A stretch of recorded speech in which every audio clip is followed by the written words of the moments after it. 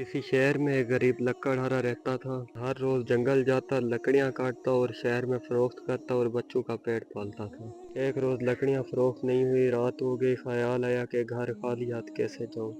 बच्चे भूख से बेकरार होंगे, उनकी बेचैनी देखकर और सदमा होगा। बेहतर है कि रात इसी जंगल में बसर करूं और सुबह होकर लकड़ियां फरोख्त करके घर जाऊं।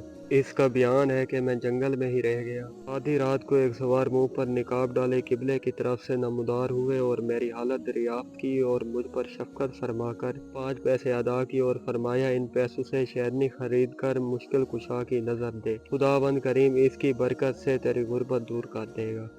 लकड़हारे ने वो पैसे खुश होकर रख लिए। इस वक्त इस पर गहरी नींद तारी थी। फिर आंख खुली तो क्या देखता है कि अपने घर में खड़ा है और लकड़ियों का गट्ठा सहन में पड़ा है। इसने अपनी बीवी को उठाया और रात की तमाम कैफियत बयान की और कहा, अमीर अल मोमिनीन, मुश्किल कुशा के नाम की नियाज दिलवाने का इंतजाम करो। फिर दोनों मियाँ बीवी ने गुस्ल करके फाते के लिए शेरनी मंगवाई और हजरत अमीर अल मोमिनीन इमाम अली इब्ने अबी तालिब की नियाज देकर खुद भी खाया और बच्चों को भी खिलाया। इस रोज इसकी लकड़ियों का गट्ठा दुगनी कीमत में फरोख्त हुआ। दूसरे रोज लकड़हारा अपनी आदत के मुताबिक जंगल में गया और एक खुश्क दरख्त देखकर बिस्मिल्लाह कहकर कुल्हाड़ी का एक हाथ मारा तो वो शिकस्ता हो गया। दूसरी तरफ या अली कहकर मारी तो वो दरख्त जड़ समेत गिर पड़ा और उसकी जड़ से एक खजाना ज़ाहिर हुआ। लकड़हारा उसे देखकर बहुत खुश हुआ और सजदे शुक्र बजा लिया। इसमें से चंद अशरफियां लेकर बाजार गया, खाने पीने की चीजें लेकर घर गया। दूसरे रोज घर वालों को लेकर इस दरख्त के पास आया। इसी जंगल को खरीद कर वहाँ एक खूबसूरत और आलीशान महल बनवाया और जब मुसाफिर खाने तमीर करवाए, लंगर खाने जारी किए और बहुत से मुलाजमे को इनकी देखभाल के लिए मुकर्रर किया।